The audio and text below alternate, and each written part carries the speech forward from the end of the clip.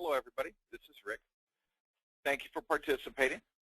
I'm choosing this to talk about capability indices, not indexes. Looked it up today, and it's indices is the plural. The reference for this will be out of a book by Forrest Breifogel, the CEO of our company. It's his Volume 3 book that is really the one that talks about work and improvement projects. I'll say quite a good book for DMAIC and other improvement methods, and lean. First thing we'll start off is I'd like to know why you're attending this webinar. We did collect some information when you signed up about your use of capability indices, which is coming up. But I'd like you to answer the poll that just walked up as why you chose to listen to this and sign up for it. Of course, if you're not listening to this live and it's recorded, you can't answer it, so you're just going to have to wait a minute.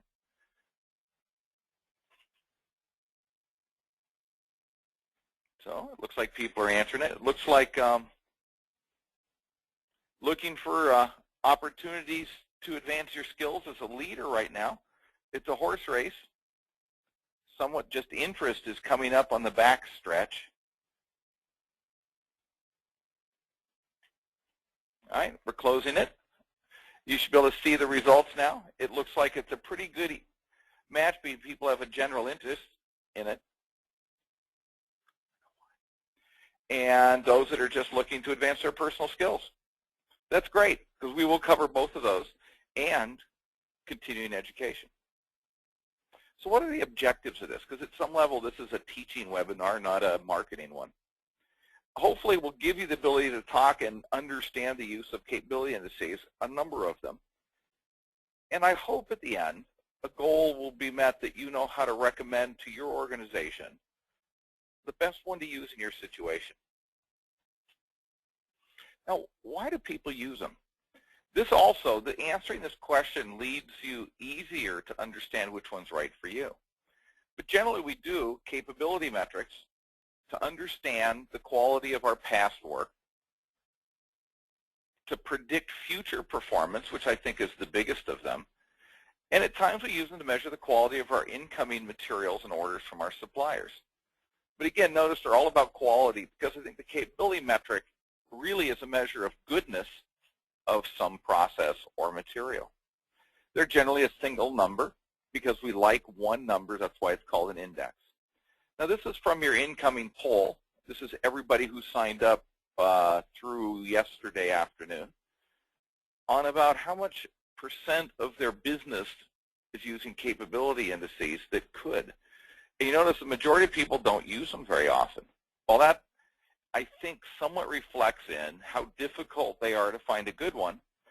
And if you're not really in manufacturing, we avoid them somewhat, which is always interesting because in Lean Six Sigma, we teach you to measure capability.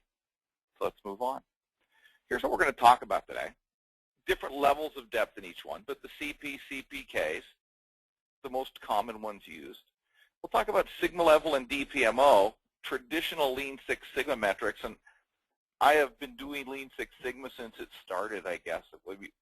I started Six Sigma before Lean was born by a name, back when Motorola was the only people teaching it. And Sigma level and DPMO were extremely important then, they're not now. We'll talk about ZScores, which is a mini-tab output, and a lot of people use it to measure capability. And then our preference at Smarter Solutions, the % non-conforming or yield loss measurement. The interesting one will be this last one. What if there's no specification? How do we measure capability? And we will talk about that. But you'll have to wait. It's at the end. Let's talk about a little background about measurements. We use measurements. Now, I guess you could say this comes from measurement system analysis. But he gave us 3 views of data that's coming from a measurement system. One is descriptive. It's 100% inspection to know what we have in our hand or what a batch is. We generally don't do capability studies on that. That's just good or bad.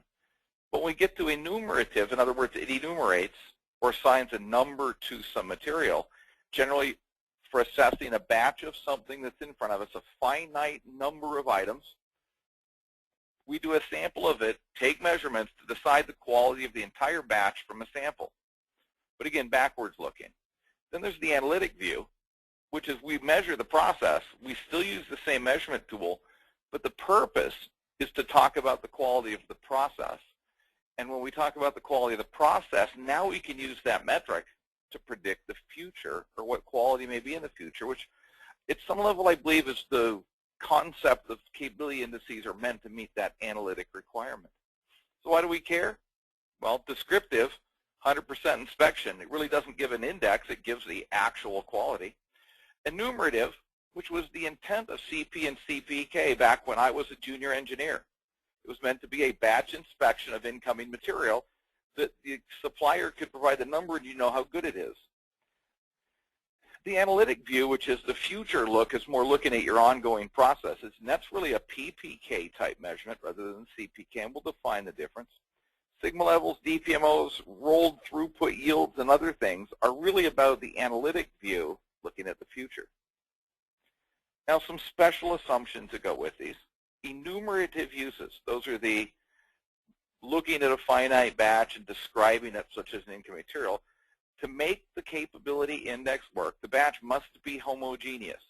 In other words, the same raw materials, same process, same people, same machines, so that we can sample it and get the right answer.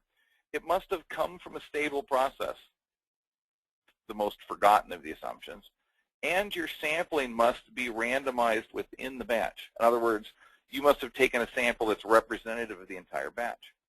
Now, analytic uses are different. When we're measuring a process to predict future capability, the stability becomes the first issue because we don't go past an unstable process and report anything. Sampling must be rational. In other words, it must be appropriate for the variability going on in the system. And the bottom one, the answer's only good until you make a change in the process, whether you make it or it happens. How does this relate to Lean Six Sigma? Because, I mean, that is one of the purposes of my company is to teach Lean and Six Sigma tools, and I admit I have a passion for it. We are taught in the define phase, you must know the current state and capability of your process. It's a define phase tool again. We do that by a control chart and capability assessment. Now, you use the capability assessment to say where I am. It's generally not a measure that we do hypothesis testing on. What's my capability index now versus after my improvement? It's just an assessment of the goodness. Generally, we look at yields or measurements for our test or our project itself. We are taught in Lean Six Sigma that you must have a stable process before reporting capability. The problem is we don't always do it. I'd like to think I do, but I'm not sure if I even do all the time. So I skip it thinking I know too much. Now, we're going to group our capability indices into two groups here.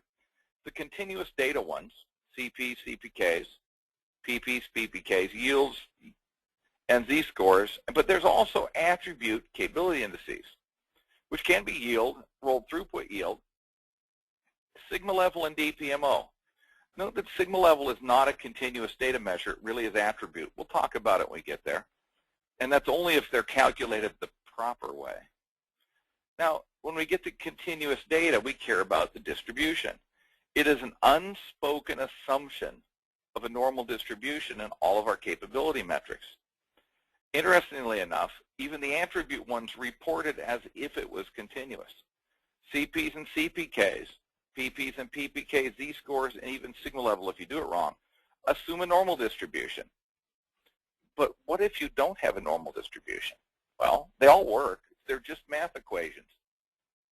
What you'll find is if you have good software, Minitab and others, when it reports the CPKs and such for a non-normal distribution, it actually reports it based on the defect rate as if it was a normal distribution. All right? But it doesn't do it directly. One of a lot of questions I have with students in teaching is, can you calculate a standard deviation from a non-normal distribution? Of course you can. It's just an equation. What it means about percent beyond so many standard deviations changes, but the math is still correct. Now, homogeneity, talked about it earlier.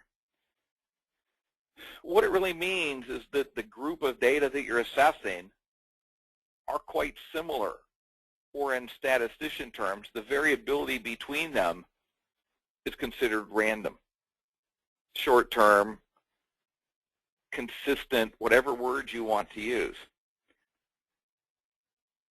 I talk about that, and the opposite of homogeneity is a mixture. You combine a batch, out of 2 process streams, 2 machines, 2 people, or multiple numbers.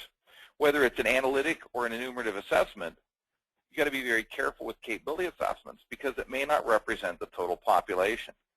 When you have a mixture like that, the answer, or let's say the capability, changes as the blend changes. So you change the ratio of your components and you have a different capability, and that's risky. Generally in a mixture, we recommend reporting the capability of each homogeneous group, then blending the answer, not blending the data before the analysis. This is typically the most common case where you can get data that says you've got a 1.3 CPK. When you look at it, you've got 5% defective. I lived that when I was in the defense industry. It was horrible. It doesn't seem to work, but these are some of the reasons we're going to talk about.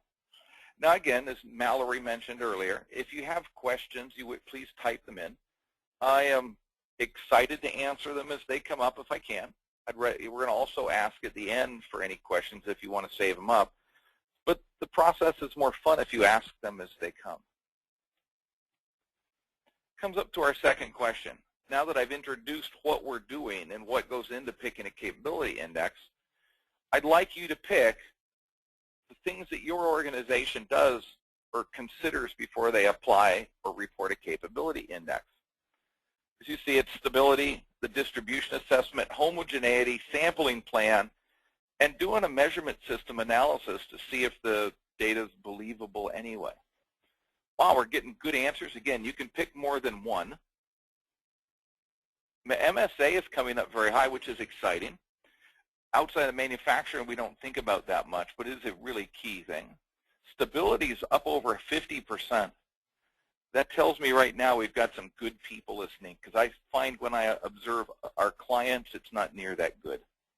So we'll close off the poll here in about another 10 seconds. All right. If we look at that, you should see it on your screen now. Rational sampling, a third. Homogeneity being small.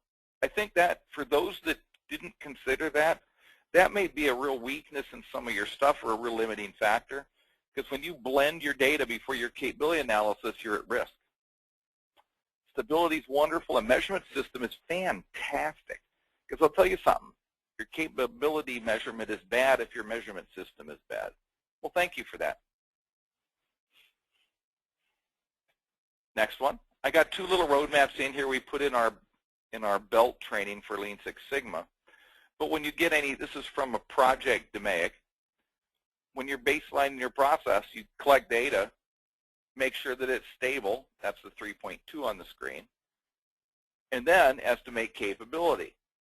Now the next slide talks about this 3.3 block, which is capability. If anybody asks in the typer, we'll send you a copy of this diagram here. But really what I wanted to show on it was you decide what your data, if it's continuous, decide what distribution you have. Then you assess your capability based on the distribution knowledge. And note the upper one, if you can read it, it says if you've got a mixture, that's the non-homogeneity or homogeneous. You must separate them and treat them separate. But then it gets over to the 4 blocks on the right, which talk about how to report capability. The top 2 are what we think are the best ones, how to deal with a spec and without a spec. But the ones below it said if your leadership or your company wants the CPs, CPKs, sigma levels, such as that, you should also report them because that's what they want to see. But we believe in following up with the capability as in % effective. All right? Let's move on. Capability indices for the continuous ones all have a requirement to measure the variability. We have a mean and a variability, and we talk about how much of the tails of that distribution will fall outside of our requirements. Now, one of the weaknesses of the CPs and CPKs is the idea of how do you calculate your standard deviation? Was it short-term or long-term? All right? This assumption is what drives most poor uses of these CPs and CPKs. By a general convention, CP and CPK are based on short-term variability. They were intended way back when to be a batch acceptance metric. In other words, you have a finite amount of material, you sampled it, and you calculated the CPK based on the standard deviation of the material in front of you. The PPs and PPKs were intended to be the process rather than the batch. They were intended to use long-term standard deviations rather than a batch standard deviation. So it wasn't calculated from the batch. It's calculated from a long-term measurement of how you're doing. It is intended to be the more analytic view, while CP and CPK were more the enumerative view. But what I find is, despite knowing how it's supposed to be, most all organizations just call everything CPs and CPKs and do not differentiate much between the long and the short-term variation issue. But I can tell you this, if you enter this equation with short-term standard deviations, you look much better than if you use the long-term ones. Minitab keeps them properly separated. Most software does, but I think you do too. And if you ever see this used by a client or a supplier, you should ask them, how did they calculate the standard deviation and the mean that goes into the calculation? That's a big killer. Now, even with all this, we don't recommend our clients to even use CP and CPK. We recommend converting it to percent non-conforming or percent beyond our requirement, because isn't that all that anybody really cares about? When we talk about CPs and CPKs, or the P ones, it's only about an assumption of how good or bad the quality will be. Why not just give them the quality measurement directly? Some diagrams that go with CPs and CPKs, because from reading the early questions we asked when you signed up, not everybody has used these or seen them before. Now, CP is called the capability of a process. The idea is you're comparing the width of your requirement to the width of your process. If the requirements are wider than your process width, you're said to be capable. The equation is on this slide. If you look at it, if the number is greater than 1, you must be capable. If it's less than 1, your process is wider than your specification. That's a wonderful metric, but notice that you have to have two-sided specifications. You leave manufacturing, you don't have many of those. If most transactional and research and development projects don't even have a spec, they just have a target. So it's very difficult to use this in that case. But with CPs, again, short-term standard deviation, if it's a PP or PPK, it's exactly the same equation, but we use the long-term standard deviation. So what's a CP of 2 equal? Well, it means that the width of the process, which is plus or minus 3 standard deviations, is half the size of the width of the spec. So therefore, the specification must be plus or minus 6 standard deviations, or 12 wide, because we always consider the process to be 6 standard deviations wide. Note the mean does not come in this equation at all. That little histogram, or the little bell curve I have in here, really could have lain clear over here 100% out of spec, and it would not have changed the CP value, because this is just a ratio of widths. This is why we came up with CPKs. Why do we have CPKs? Because we wanted some relationship to where it's centered. So CPK looks at only one side of a distribution. It looks at the ratio between the mean to the nearest spec versus 3 standard deviations. So it's like looking at 1/2. It only reports the closest side. Now, the equation on here, the minimum of the mean to the nearest spec. If you haven't noticed, all these pictures look like a normal distribution because that's the way we teach it. But you can calculate these from a non-normal distribution, but you realize no longer does that idea of a CP or CPK of 1 mean that less than 99.9 or 73%, excuse me, 99.73% are in spec, or less than 0.03 something percent are out of spec. That's thrown out the window when you do not have normal data. So if we were to look at this data picture where the CP is 1, what's it tell us? It means the specification is 3 standard deviations away from the mean. Now, if we had used a log normal distribution, it would still be a CPK of 1 with 3 standard deviations away, although this right-hand curve would have had a lot more hanging out over top of that specification. So again, here's some of the issues with these metrics. people reported the CPKs when they should probably be using the PP and PPKs, but they don't understand it. There's a dependence on normality if you wish to infer what the final defect rate would be. Yeah. And where the standard deviation come from, how it's calculated, really depends on how good it is. There's a big dependence on how the data is collected. I've seen so many bad uses of these based on bad data collection. I've always wondered if they were doing it to hide their poor capability, or were they just dumb, didn't know any better. It's hard to say. Let's talk about standard deviation. If you don't get this idea of long and short term, look at a real quick example out of one of our classes. Let's say you're measuring your incoming material. It's a brick of raw material, and it's supposed to weigh somewhere around 3.5 pounds. So I randomly select 5 from today or yesterday, and I get the 3 numbers called day, or 5 numbers called day 1.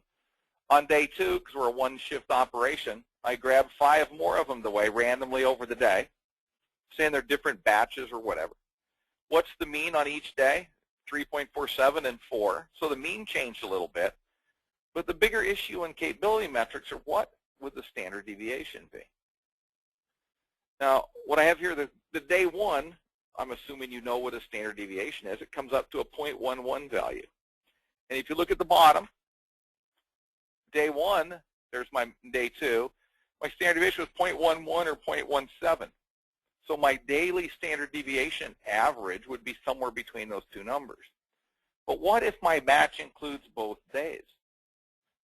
And I combine them together so we have a homogeneity issue. If I just take all the data and calculate, my mean's pretty good. It split the 2. But look at my standard deviation. It's 0.31. It's significantly higher than each of the individual days. Why? Because I have an additional source of variability, the shift between days. So when you have the non-homogeneity, you get a really large standard deviation relative to what it should be, so it really changes the impact of your CP and CPK calculations. Now here's one. I did a webinar about 2 years ago about, I can't remember the name of it, but it was something about what does a CP and CPK really tell you. I used a simulation program to simulate all the aspects and what can affect these type of metrics. What we have here on the screen is the equation for the confidence interval on a CPK. You may not know it, but as a statistician side of me, realizes that any metric you calculate from a sample has a confidence interval. Some smart guy did his PhD and calculated it. It's hard to find, but you can find it. But it's almost easier sometimes to use a simulation program. What I did in this webinar is I went through all the stuff, and what I have a little picture here on the lower right showing if I have a true 1.3 CPK population, which means the specification is really 4 standard deviations away from the mean of the process. A random sampling, you can see sample size at the bottom, shows you the confidence interval of what you might calculate for the CPK of the batch. What this is showing is really up to a sample size of 30. You may have a batch that has a calculated CPK of below 1 when the true population is at 1.3. I don't think I ever understood it till I did this, the uncertainty of CPK measurements. Look at these numbers. You need monstrous samples to get a good estimate of what the population CPK is if you're trying to use this for batch acceptance. It's one of the reasons why it's dangerous unless you've got a very long-term standard deviation. Now, since no one's typing in questions, I assume that I'm reaching you and very understandable, which would surprise me. So please write stuff in if you come up with it. Next one, I've mentioned it. What if your data set is non-normal and you wish to use one of these 2 metrics? Did a simulation of using a log normal distribution. The x-axis is, you can look at it as how much skewness I have, how big the tail goes to the right. And what you'll find is having the log normal distribution can actually underestimate the defective rate by up to 3% for small samples. So in other words, you may pull a CPK that's 1.3, which says you may have next to 0 out of tolerance parts, But if the original data set was a log normal distribution, you could still have up to 3% defective with that sample. So what we find is that when you have skewed data sets, you generally have a significantly higher defect rate than you would expect with a CP and CPK calculation. Again, this is one of the idea of the assumption of normality built into the understanding of these metrics. Oh, it looks like somebody asked a question. Mallory? How do you account for CPK calculations for true position specifications with an MMC modifier? All right. Well, first of all, this goes back to one of my personal experiences. I was doing a diameter true position measurement drilling into PWB circuit boards, and it was back when I was getting my master's degree. And I wanted to know, how would you do a control chart on it, which is similar to this. The problem with diameter true position or true position measurements, generally what you're measuring is the hypotenuse of the X and Y position and error of the location. It's calculated, it's a radius, generally it's an angle, and then a diameter of the hole that would include the true position. The distribution of that data is a non-central chi-squared distribution. Now you should translate into, oh my goodness, how in the world can I deal with that? And that was my answer. My major professor actually sat on the phone and called Deming on the phone and asked him, how do you think we should do this? Because he wasn't sure. And I chickened out and never talked to Dr. Deming. But the answer was it's very difficult. The best answer is you should track it with capability in the x-axis and capability in the y. And the reason comes down to that, and I'm not sure exactly what your usage is, but generally when we're placing things in drilling and machining, our machines have multiple axes they move. They don't really have a diameter and an angle. They have an X, a Y, and a Z, or even more axes. And that is where the variability in our system goes. So generally we recommend is looking at the capability on each of the axes on your machining process is the best way to do that. I know I didn't directly answer your question, but that's usually the best way to go. If that's not acceptable, ask again. Oh, I'm supposed to read this. Is CPK based on a control chart, sigma R bar over D squared and PPK the total variability? If you read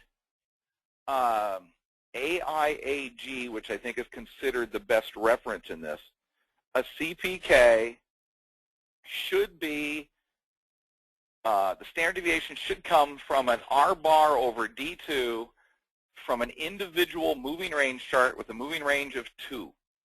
Note that that implies that you have a stable process. All right. When they talk about PPKs, it should be a direct calculation, as in using Excel, of all the data that exists at the time. But if those are all recommendations, it's really short or long term is what they're talking about. They've told you the recommended way. If you do use Minitab, you'll find that there's 3 different methods of calculating the standard deviation for each of these 2 metrics, from pooled methods to other methods. But the general recommendation is the R bar over D2 from an IMR chart with a moving range of 2 for CPKs. All right? Next one. Now, I'm leaving CPs and CPKs. Feel free to ask more questions.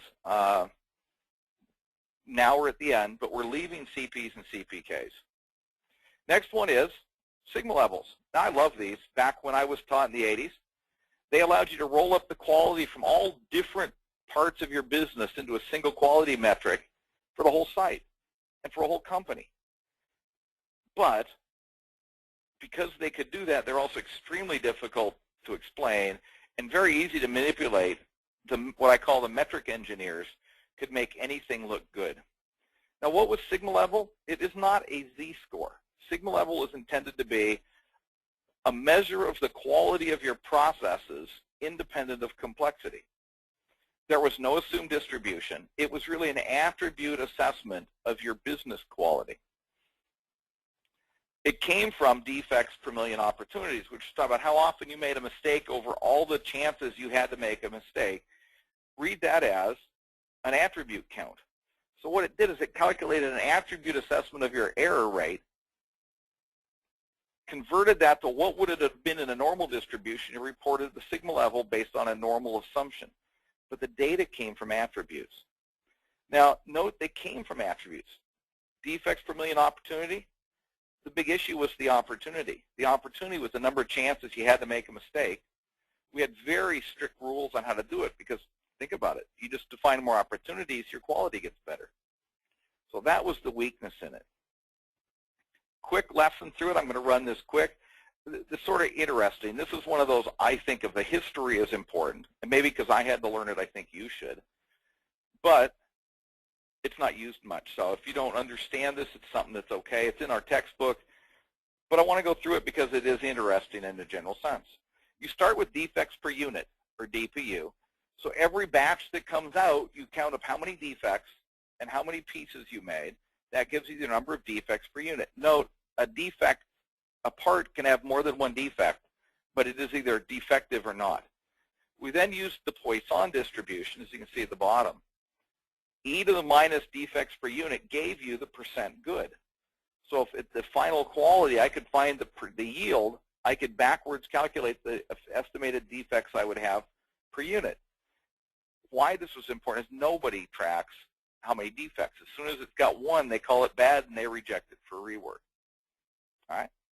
A lot of this came about though because Motorola was producing pagers, and their quality became so good you could not drive your business from the scrap rate because they reworked everything. So they had to go to a measure of quality that went beyond just scrap rates. Now the sigma level was a way to convert the defects per million opportunities as if it would have been a pure normal distribution. How'd you do it? You calculated the DPU per product of all your products. You divided the opportunity count for each product, and you divided them into defects per million opportunities. That unit was independent of product and complexity, so then you'd combine them all together, average it, and then you'd say what period, and you would calculate the sigma level from it. How would you do it? You'd look it up in a table. It's in Forrest's book. But they had this thing called the sigma shift. You must have heard of it if you've been a Lean Six Sigma person. But the concept is, if you were not sure that you had long-term variability, you had to put a 1.5 sigma shift in your sample to estimate final quality. Now, I got a couple slides here that I'm going to demonstrate what that means. I'm not going to read through them all. But the concept is, in this case, I had 1,000 opportunities, so there's 1,000 steps in a process. And I basically had a CPK of 1, which meant I was measuring it good. At final quality, I had the specification 3 standard deviations from my process. So in other words, you lost half of that 99. You have greater than 99.73 yields. It came up to you get 99.9864% yields on a pure normal distribution. So that's 0.001 defects per unit on average. The defects per opportunity, the numbers there, are defects per million opportunities, 1.35. So it said 1.35 times you did any operation in your facility, you made a mistake. Now what's that mean to quality? Well, the next question is, did I collect my data over long-term or short-term period? If it is short-term, if it's long-term, I can take that defects per million opportunity and say that is my long-term performance. I can look it up in a table and say that is equivalent to a 6.19 sigma process. What we're looking at really in the sigma levels is that every opportunity is a data point, not every product. So the number of opportunities, my error rate in my opportunities is somewhere around 6.9 sigma. But if it was short-term data, I collected over a couple months, what I would then do is reduce that number by 1.5 sigma because I would make the equivalent of shifting it. So if it was short-term data, I'd say I have a 4.7 sigma process. Here's a picture of it. The center curve is my test data. If I collect over short-term, I'd say I would assume my mean will shift over the year. If I shift it up 1.5 sigma, this would be the percent that would be over the specification. That's what I would use to report capability to the leadership. So yeah, 4.7 versus 6.3. That's about it for that. I think it's fascinating. Luckily, not many people use it. I still have a difficulty teaching it for 20 plus years. But I hope that helps you understand it, especially if you're going to take the ASQ Black Belt test. They do ask about this stuff because it's easy to ask test questions. We have a question. Go ahead. Does the 1.5 sigma shift apply across all processes and in all industries, or what is established by Motorola based on their process, or was it established by Motorola based on their process history? Wow. This is why statisticians hated Lean or Six Sigma back in the 80s. When I took the course from Motorola, they brought out 2 research papers done in Europe that a manufacturing organization took a bunch of short-term standard deviations of all their different processes, and then they took the long-term standard deviations. And these 2 researchers, using these 2 case studies, showed that you could approximate the percent effective over the long term by taking the short-term quality, shifting the distribution plus or minus 1.5 sigma, so up and down, and with those 2 shifted distributions, estimate the percent non-conforming based on them would be a good empirical estimate of final quality. It has never been proved. I've never seen a statistical proof that it's true, but it is an accepted thumb rule for the conversion of short-term to long-term variability for yields. That's all it is. It's used in all industries that do it. But the concept is you have to know if you have short-term, and you have to know if you have long-term. Now realize all of these were assumed for a high-volume manufacturing process, which has yearly cycles, it's got monthly cycles, it's got daily, shiftly, hourly, it's got a lot of stuff going on, so that they had a lot of data that they could collect in days. Most of us can't do that. But if you look at and rationally sample and have a data set across the full variability of your system, you don't need to shift it. I've seen no number other than 1.5 sigma shift used, and then most people say it and have no idea what it means. So the best I can give you is 1.5 is the considered standard across for everybody that's got long and short-term variability. So there you go. ZScore.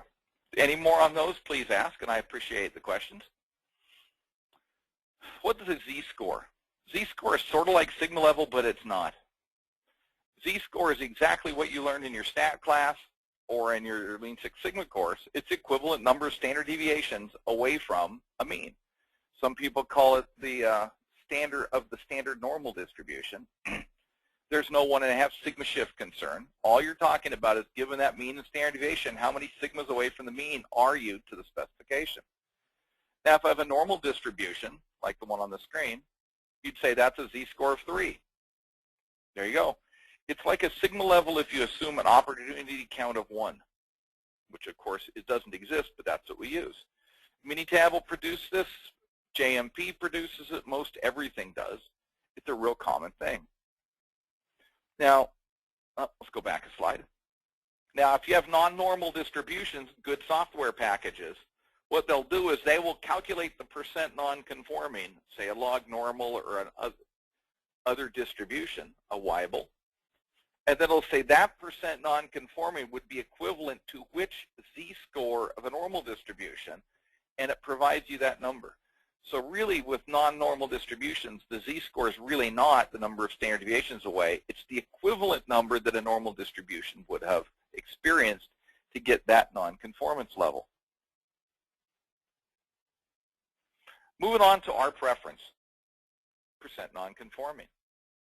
This is what we tell all of our students, all of our clients, anybody we get a chance, including you all for listening to this webinar. We like it because you can't confuse it. Everybody understands if it's 2% non-conforming, doesn't matter the distribution, doesn't matter long or short term, that is the performance. You can use this on attributes and continuous. All right. Now, if you're very good and you, instead of 0.001%, you talk about parts per million percentage instead of a defect rate. Most software will do it for you. What's neat is it works with descriptive measurements, so you can just measure the defect count to get it. Or if you've got continuous data, you use probability plots and other mathematical statistical tools to provide it. But with all of them, you must still have a stable process. So here's the way we would recommend. If you're stable, determine the distribution or the pattern of the data, and then use a probability plot capability tool and estimate the long-term probability. What's neat from this, if you have continuous data, you do not report capability from the sample. You use the sample to estimate what you think the population that it's coming from is and report capability based on that. It's wonderful. Example of probability plot. This is a case of 100 lead time values when there's an upper spec of 10 days. If I looked at this, it said there's a, using a probability plot, at 10 days, this is a log normal distribution because it's time. It says a 98.8% or below the spec, or about 1.25% non-conforming is my long-term expectation. In the sample set, I had 1 out of 100, but it says over the long term, it should be about 1.25%. Now the cool one, what if there's no spec? I remember when I got my initial Lean Six Sigma training and my second Lean Six Sigma training, which I was teaching, if there was no specification, they go, well, we told you to get a capability, but yeah, just move past it if there's no spec. Now, all of us tried putting the goal in a capability analysis when that, if you did, the goal was to be 50% effective if you're right on target, because half would be above and half below, and you soon realized that was useless.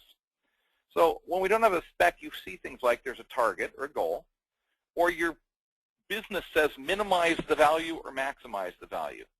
There really isn't a point where it's defined as good to bad. It's just the goal is to get better, worse, or close to a number. But I still should be able to report capability.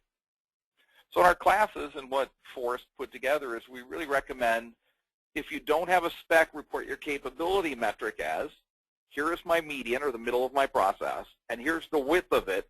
We use the 80% range. Picture of it with a probability plot looks like this. It's the same 100 points earlier. If there was no requirement, I'd say right now I'm running about 0.97 days, and it's ranging from a quarter day to a little over 3.5 days to complete the task.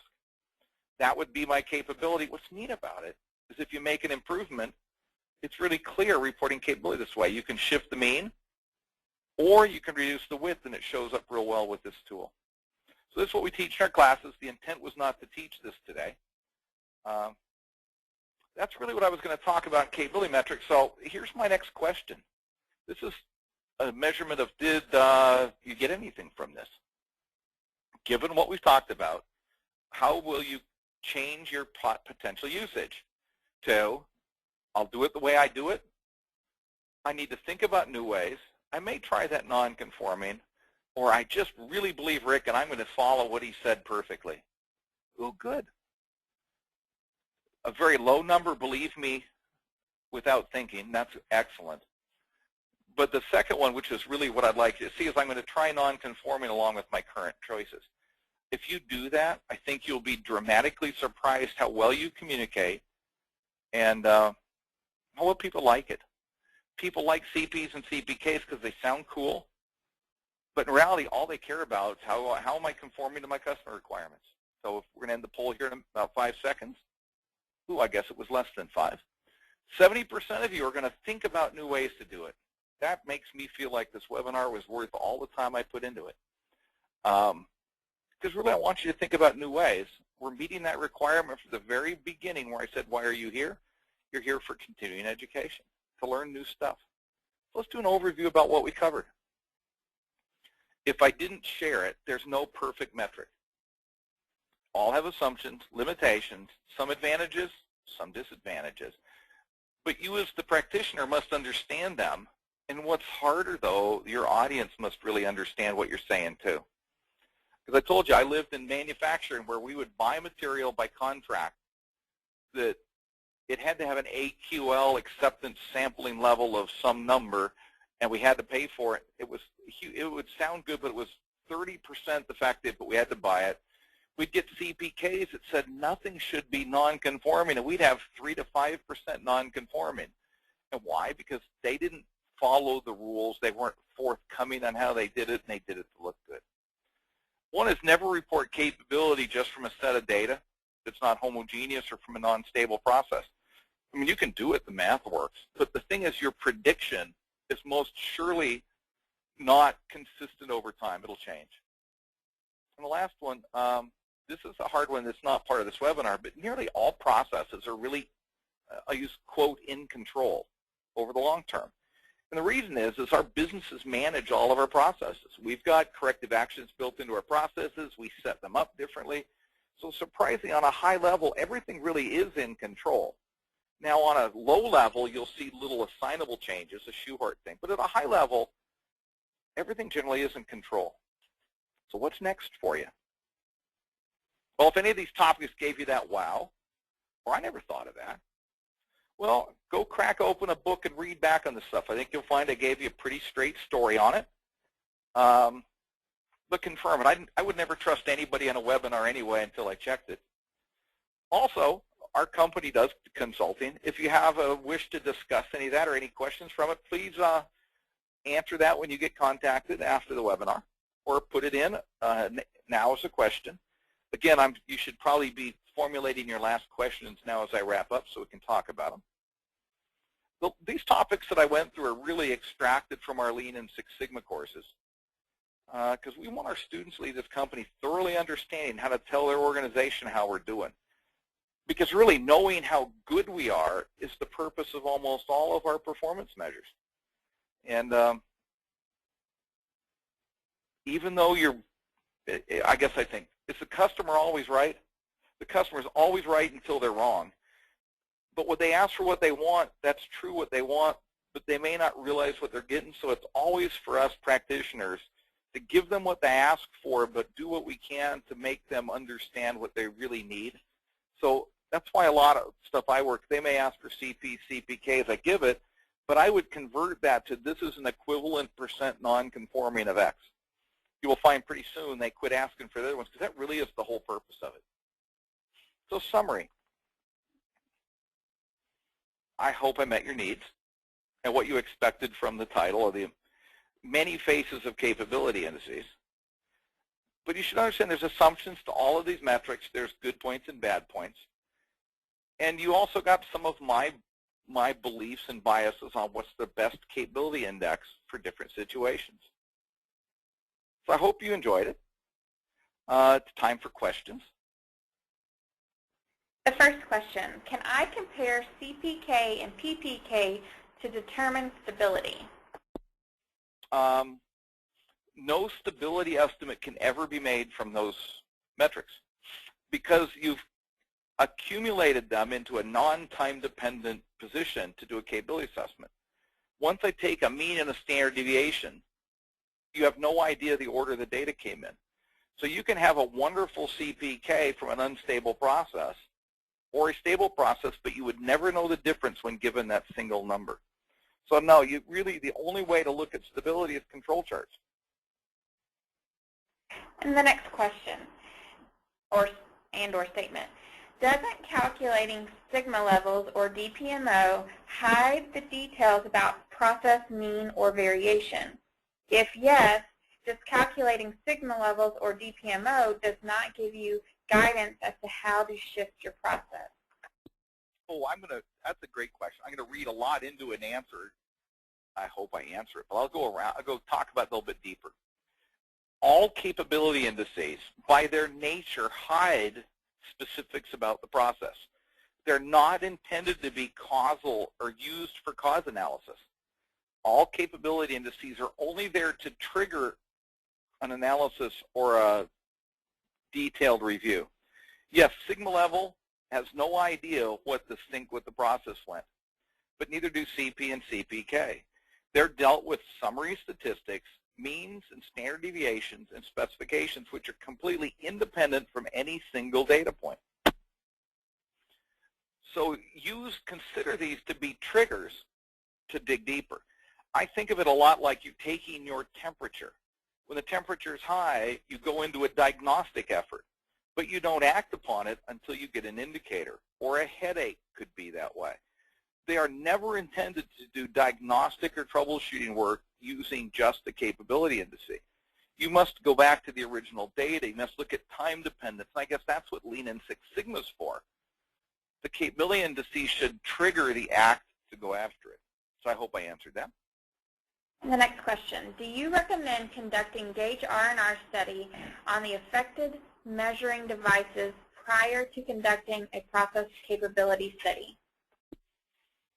How about it depends? A great answer for all of these. I've made the decision both ways at different times. If I'm doing a Lean Six Sigma project and my leadership says I have a problem with this and they hand me a data set, I will do my capability assessment at that point without any measurement analysis. And the reason is that is the current data that the leadership has been making decisions on in the past and now, and it tells me something about the way we view the business at that moment. In our project roadmap, we do it with the data that existed and decisions were made from.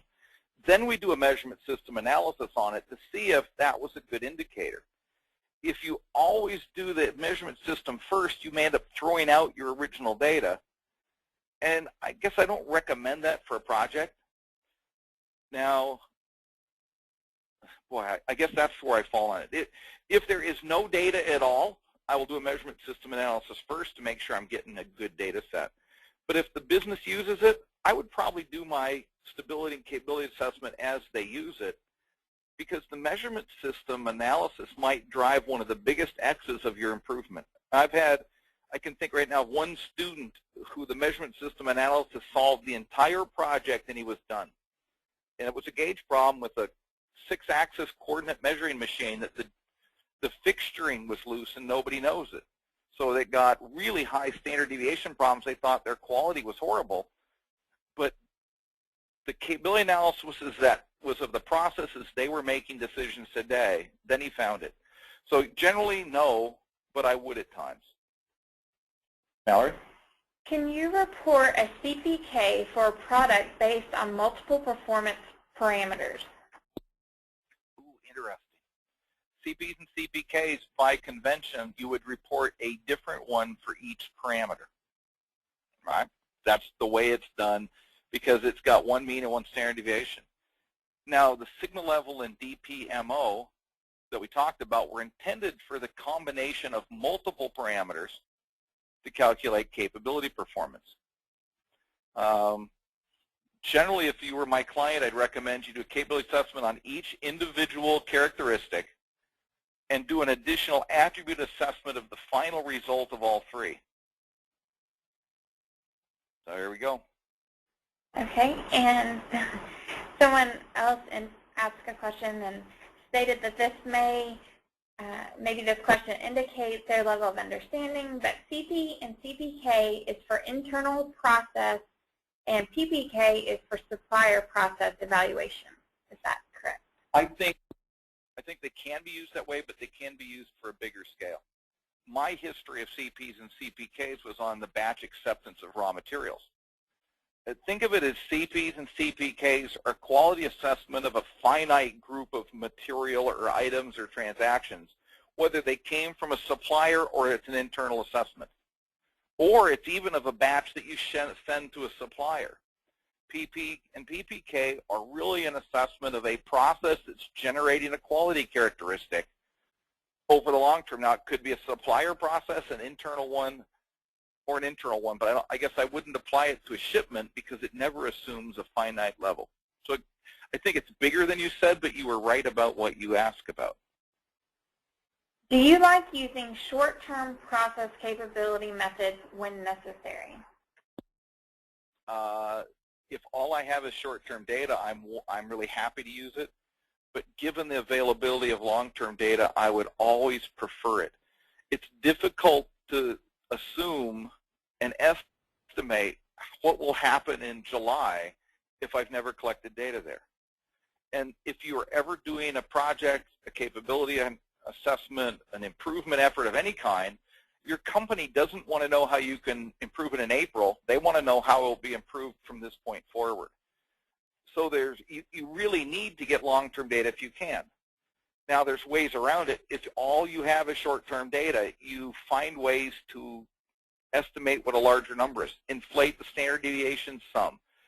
Do the 1.5 sigma shift. There's tools, but you always want to make a long-term assessment of quality when asked. And the next question, is it correct that I should use CPK for daily batch for a process where there is a daily production and the assemblers and operators may change, and use PPK for the same process over the long term? I guess you could. My recommendation, though, would be to get away from CPs and CPKs and anything other than a finite group that's being transferred to somebody. If you're looking at a daily process, instead of CP and CPK, you're almost better off using what we call 30,000-foot level control charting, or just a control chart and a capability assessment of all the data. I mean, if you have to change operators and shifts to do your job, you should be sampling across them as a common source of variability and be looking at the process mean and the process standard deviation to see if they're constant over time.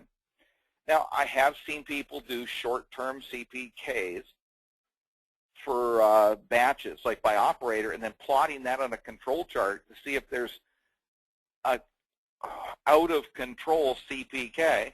And although it's mathematically acceptable and it would indicate a significant change in capability, it's better to go back, instead of plotting process data, plot the original data. So we like individual moving range charts on things like the actual data on a random sample or the means and sigmas for each day. Doing anything other than PPKs and CPKs to report an overall process or a single batch performance to a spec, I probably would avoid it. Use the real data. I hope I answered it. Mallory? Why do some statisticians have CP and PPK in reverse, meaning that they assume PPK is short-term and CPK is long-term? Wow. I have no idea. My guess, they didn't read the AIAG book. I'd like to say they weren't trained as well as the good statisticians, but I don't know. It has to be they learned it wrong the first time. So I don't know. Best I can say is that that's a non-standard view of the way they're calculated, and that's the best I can give you on that one. It's best not to tell them they're stupid. Statisticians have feelings too, but the reference, you can pull up our textbook or the AIAG book, is good. You will find Minitab's got a help screen that's got all that in it. There's a wonderful reference about this on the internet that's done by NIST, but they got a new name now, the National Institute of Standards. They've got a really neat statistics manual out there you can read, but I think you'll find that best go look for the references. Even isaacsigma.com defines them as CPs on short-term and PPs on long-term. Well, that's all we have for questions right now. If any more come in, we will answer and get them back to you later. Appreciate all the activity. This is a fun subject. If you have any more questions, answer positively to Becky or whoever may contact you by email or phone, and we can continue the discussion later. Thank you very much for your time.